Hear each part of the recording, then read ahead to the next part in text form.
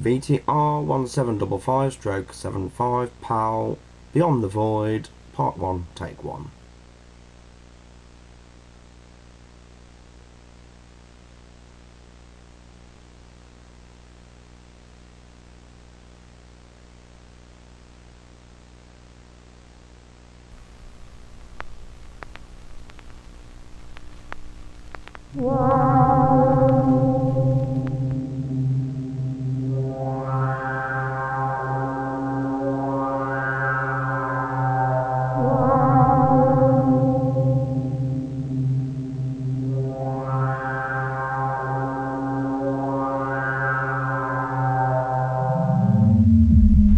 Dark lacuna of the night, where spirits run amok free from their eternal condemnations, and witches and warlocks conspire to carry out the devil's work.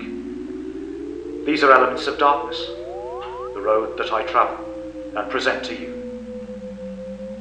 Welcome to the Midnight Hour. I'm Dr. Balden Cross.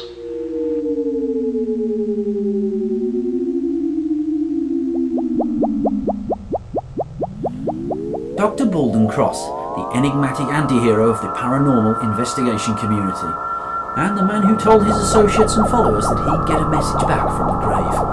But who was Balden Cross? What sort of man was he? And who exactly were the associates and followers he had around him? And who was the man behind the showmanship, the bravado, the mystique? And, perhaps the reason why you're watching tonight, can a man truly speak to us from the dead?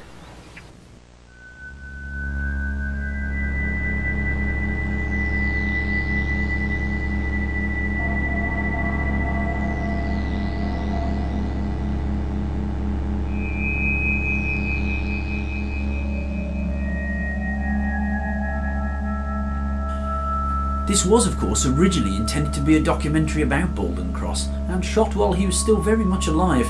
Indeed, it features segments from a candid interview with the man himself. Sadly, the doctor died after a short illness in 1982, just before filming was complete. What is presented in tonight's programme is what was possible to make of the documentary, followed by a live séance. We shall, as Dr. Cross himself may have put it, seek the truth and find out if, tonight at least, we may make contact across the void. So who was Dr. Balden Cross? Most certainly a familiar face to the many followers of his Midnight Hour series, and by all accounts to the wider paranormal community too. To some he was a genius, an inspiration. To others, a devil. Let us explore then this enigma of a man through the eyes of those who knew him best, and of course through our own interview with the man himself. Yes, I think that not having known my father drove me to seek the company of older and wiser men. Some were military men, of course. My father was a soldier, an officer and a hero. But the others, they were no normal men of common knowledge. They were unusual knowledge. Tales of the fantastic, the folklore, the supernatural. These things, they had a far more powerful grip on me than just the mere need to learn a trade, make a living.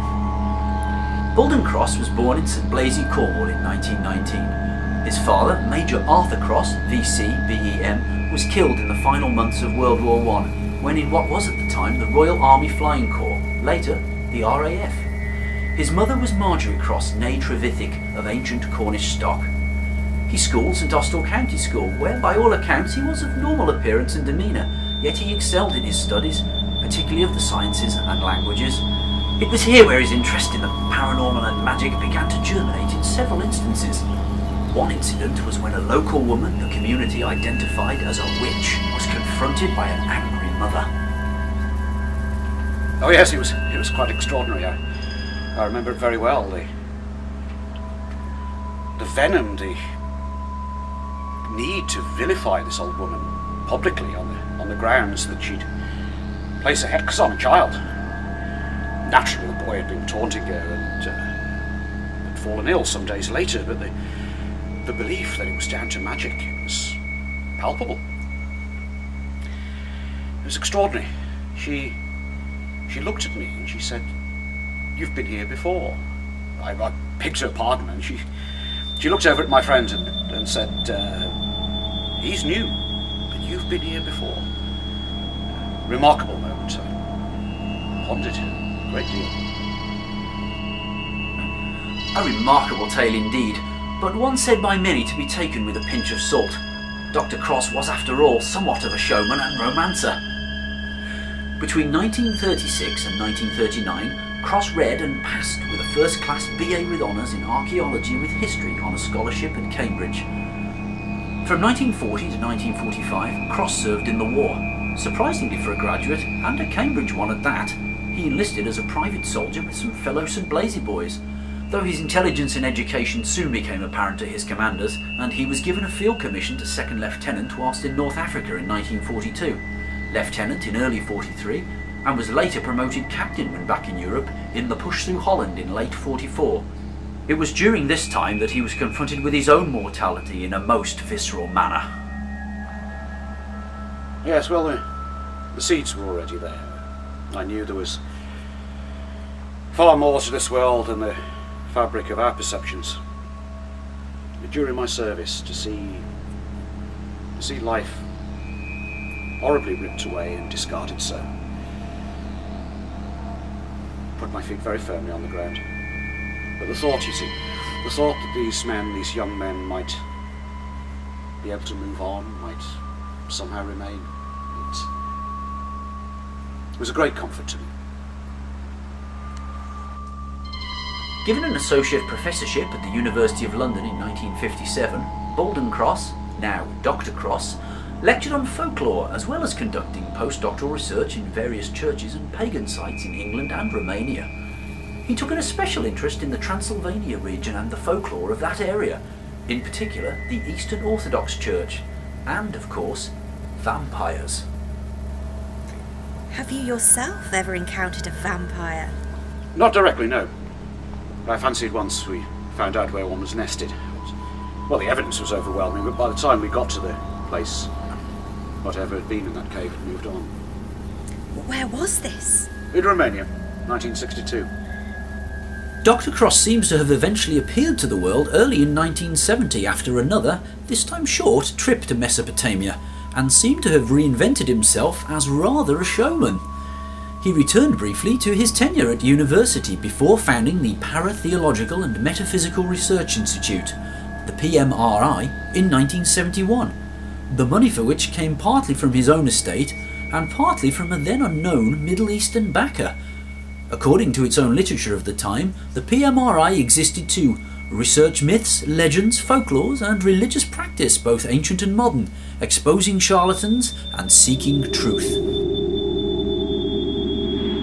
Other folktales provide a broader scope of people with educational moralities. At the PMRI, he seems to have gathered round him a rather curious crew of researchers and ghost hunters.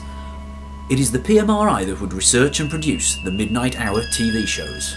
Servants of the Dark Lord swept throughout Europe, and in one particularly well-known case in America.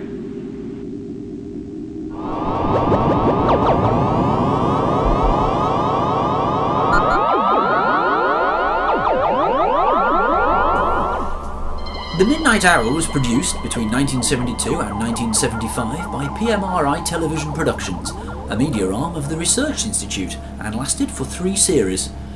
The show focused on several elements of the fantastical, supernatural and mysterious, though occasionally delved into more conventional and theological history, usually depicting Cross himself lecturing the viewer on the histories of folklore and accounts of famous types of paranormal entities. The crew were former students of Cross's who had since joined the PMRI. The TV shows were, according to some critics, awash with verbose showmanship, whilst others found Cross entertaining in his relish for a spooky tale, and he was certainly sincere enough to expose fraudsters and charlatans when he found them. One such exposure resulted in a high-profile lawsuit against a famous psychic that cost the PMRI many thousands, though Cross remained unrepentant. Well, she's a good researcher, I'll give her that, but a trickster, a manipulator of people's emotions.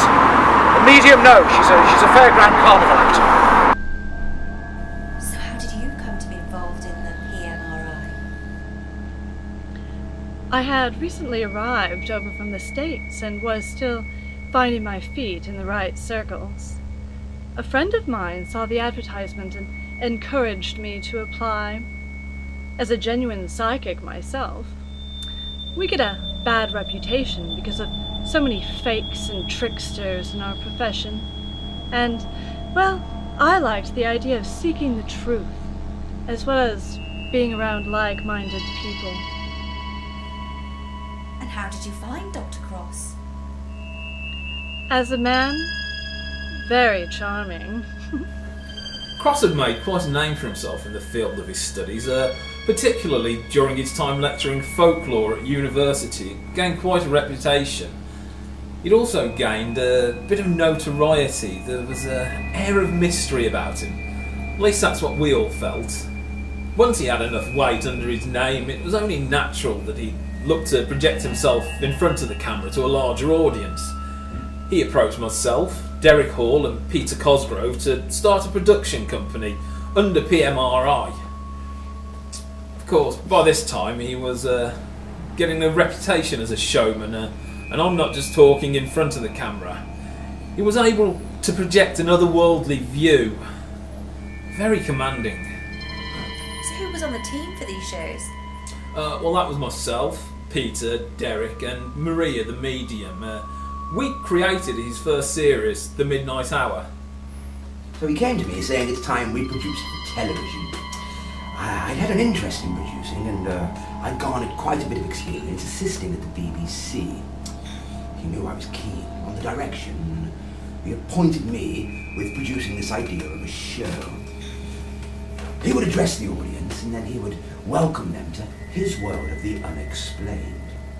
It was all thrillingly in-house too. We even established a PMRI sonic sound studio for the course. This was headed up by Celia Clampton, who was known to Perry and I for her forays into early electronic music. Balden loved creatives too, and loved to surround himself in this kind of environment. These were exciting times.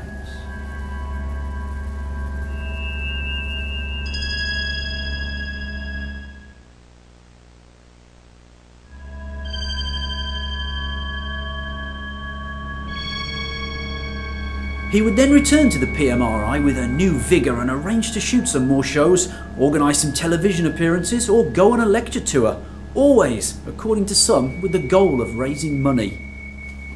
Of course, Cross saw it as a creative means for financial gain. You can't knock the man for it either. It was all going towards a greater good. He was always off exploring, deepening his knowledge. Well, that's where it went. Cross was to spend more and more time away travelling, and became more secretive and reclusive as the years rolled by, while at the same time much more the showman when he did make public and TV appearances, behaviour that tallied with increasing funds from donors for the PMRI.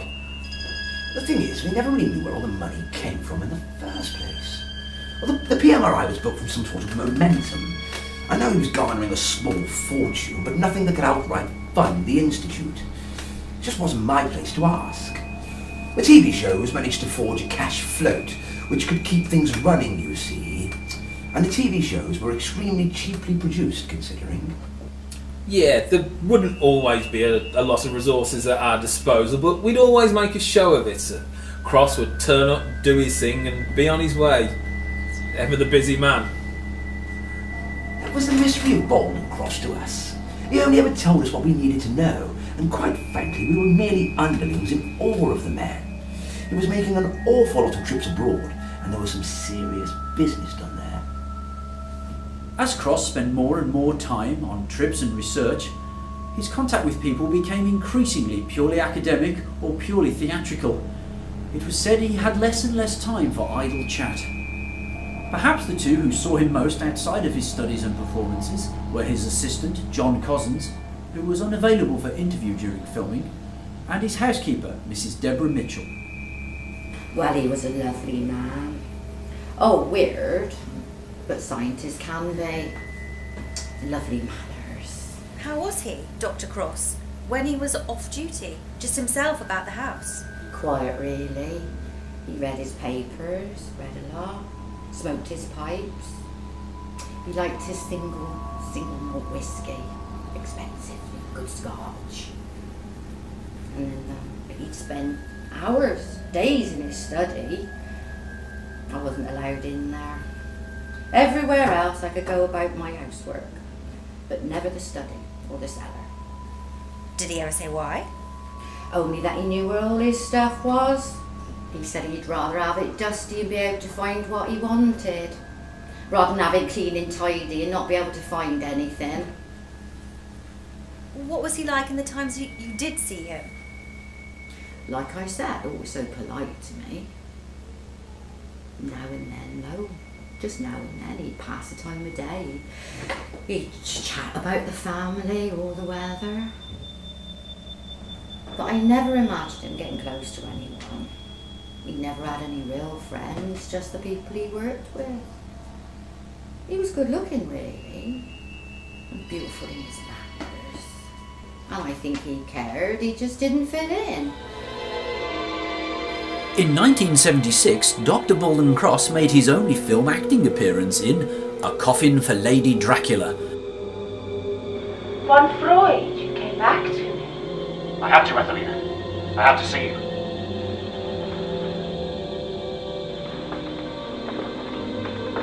So it is true, you want to live forever.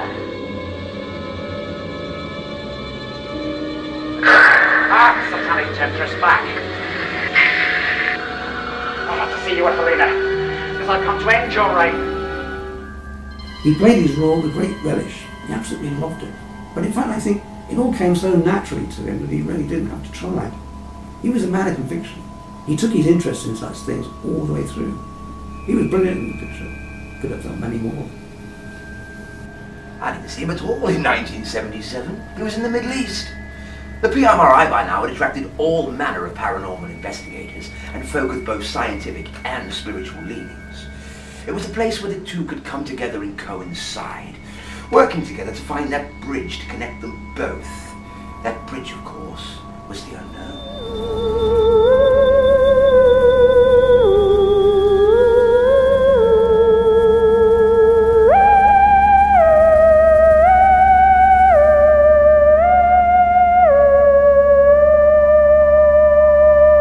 I'm Dr. Balden Cross. Follow me now to worlds beyond.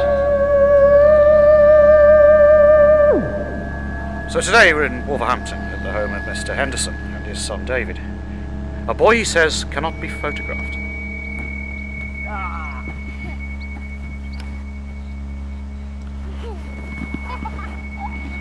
He's fine. He's fine as a boy. He plays. He enjoys everything. But we put a photo of him, and it's not there. Something's shadowing him, and I don't know what it is. And this was ever since the divorce? Since the divorce happened. So you can see there. It's just gone. And same on that one. The same again? Yeah, same on that one. The same again on a different day? On a different day, and you can see there, it's gone, and there, he's gone. Mr. Henderson doesn't want a media circus, but he's been kind enough to let us have a picture of the boy, and to let us investigate ourselves. So come on, it's about the hour now. Nothing's happened as yet.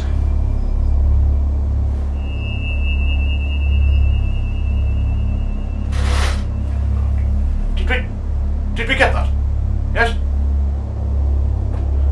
Extraordinary.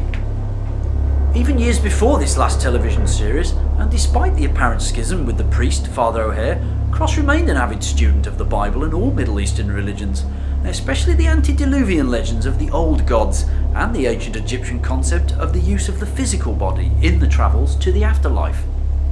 The discovery in the 70s that some cells of a mummy we deemed capable of living sparked fantastical Frankenstein speculations in the tabloid press that Cross explains with apparent candour. Oh yes, of course the ancients were onto something. You see, as the generations went by since their contact with the old gods, their methods rather lost their way. The noble Egyptian would eviscerate the body and remove the brain. A fatal error, if you forgive the expression. As the 1970s wore on, Cross delved deeper and deeper into religion and the Middle East, and his trips there became far more frequent. He spent 11.5 months of 1977 in Iraq, and in the January of 1978, Cross returned from Mesopotamia, and to the surprise of many colleagues and friends, he had taken a wife. His wife, she was a lady called Shazia, Arabic. He'd met her on one of his trips to Iraq.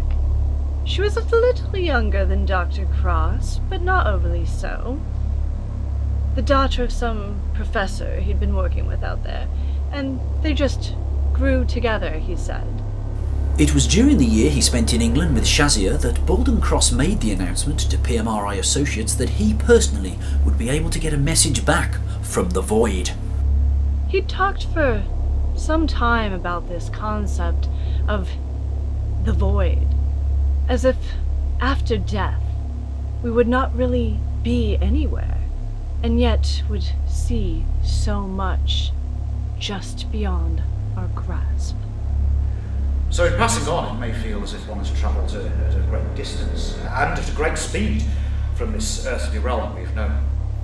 But it's all about perspective and dimensions. Imagine one's lived one whole life on a two-dimensional sheet of paper. Well, it would be a terrifying trip indeed to be elevated just 1 inch above the plane. One would see one's relatives, one's friends, one's loved ones, perhaps even one's own body. But these people left alive would not see us, save for when our dimensions intersected with theirs. But at that point, you'd be a very strange sight indeed. Well, of course, you'd be a ghost. I remember him becoming most interested in string theory, its requirement for 11 dimensions.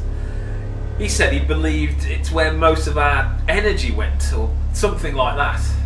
Well, what is the body after all but a collection of atoms? I mean, quite a few trillion of them, granted, but a collection of atoms all the same. And what are these atoms but electrons, protons, neutrons, the particles combined to quarks?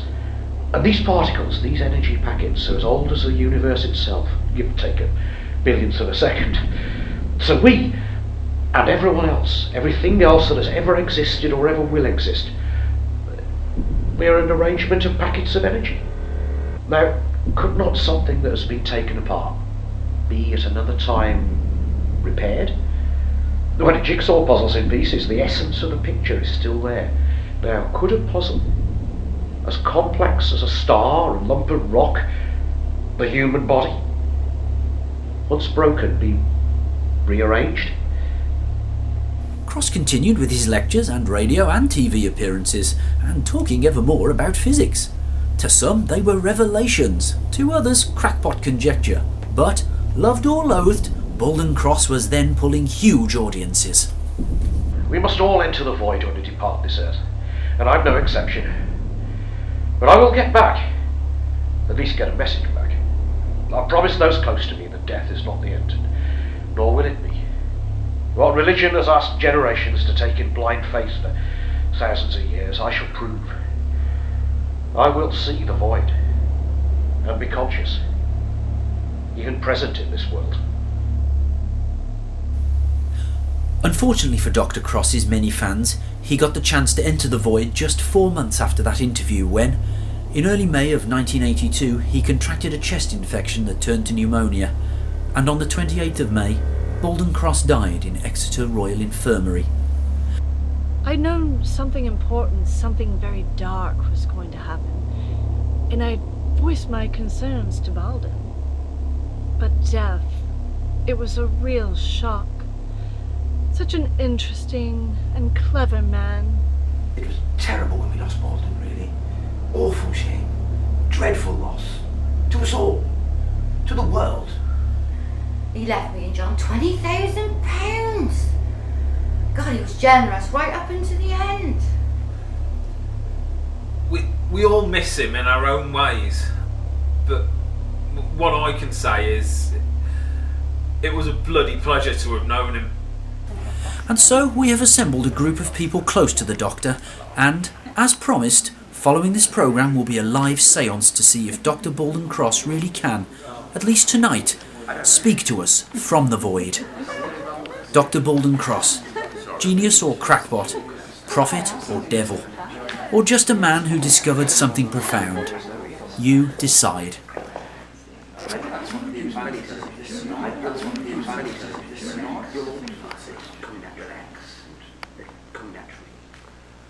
Okay, it looks like we're about to start. Are we ready? Yes, let us hold hands.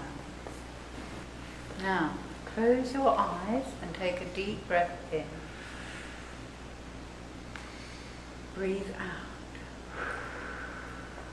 Breathe in. Breathe out. Now, breathe naturally and empty your minds completely. Imagine now that you are the first man and the first woman to set foot on earth.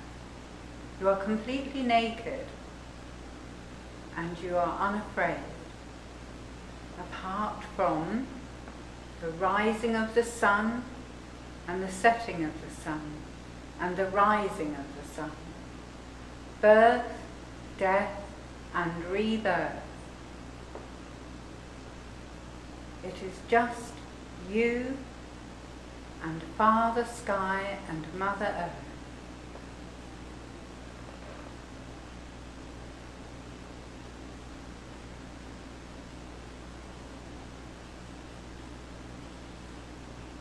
Be still and listen.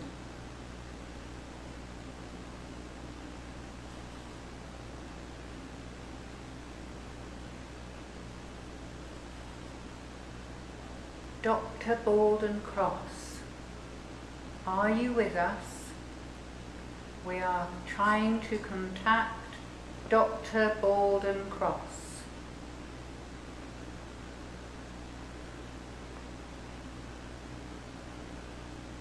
Is anyone there?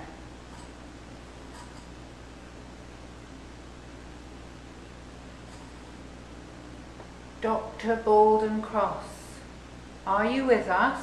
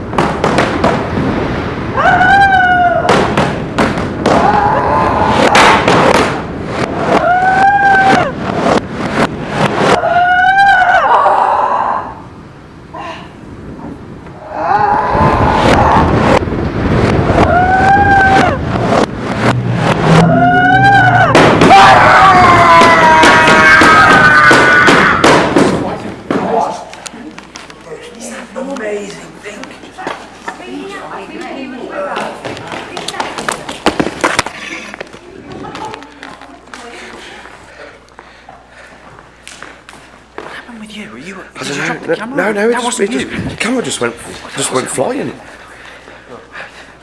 I don't know what the other two are like. Are the other two still running? Where's Mrs. Higgins? Where's Mrs. Higgins? She was sat there. What did she come? Where is Mrs. Higgins? I didn't see her go. Mrs. Higgins? Mrs. Higgins? Try over there, Mike.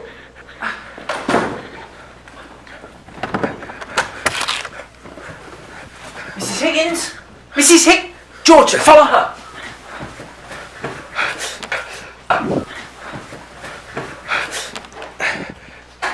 Mrs. Higgins! George, come.